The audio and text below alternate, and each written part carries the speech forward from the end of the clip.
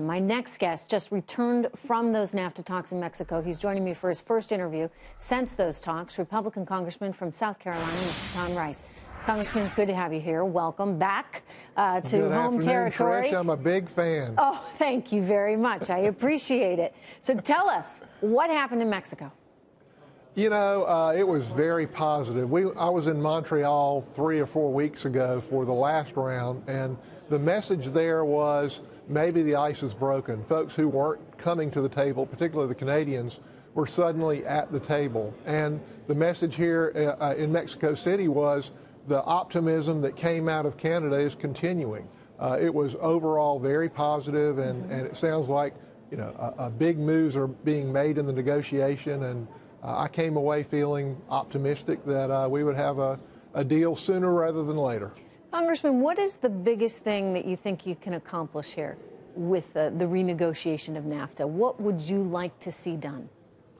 Trish, I'm a big fan of American competitiveness. I think the American worker can compete with anybody as long as it's a fair playing field. And I think for the last 30 years, we have ignored leveling the playing field and allowed the American middle class to suffer. Tax reform, you know, check that off the list. That was my #1 objective, to make our economy competitive. Regulatory reform, both Congress and the President have made great strides. And you can see the results. I mean, our GDP is almost double from the average of the Obama years.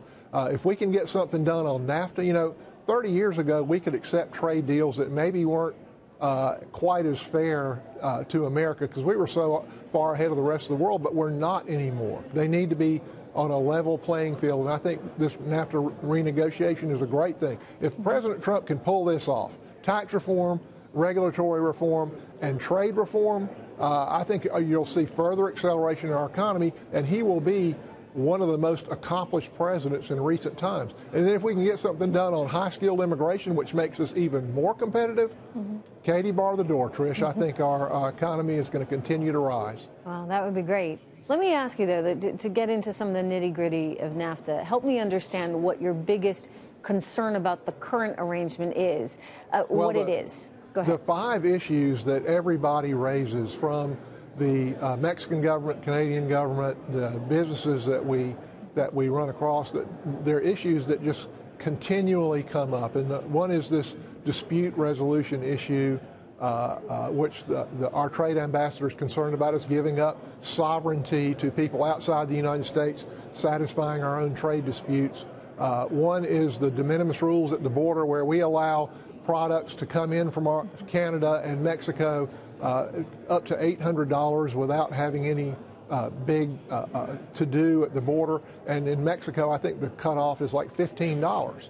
And they use that as a mechanism to stop American e-commerce. So basically, you have to hire a Mexican border customs agent to get more than $15 of products across their border. So the goal of NAFTA, right, was to increase trade between all 3 countries and to make it easier. But in this case, maybe we've made it easier for Mexico, but Mexico's made it harder for us?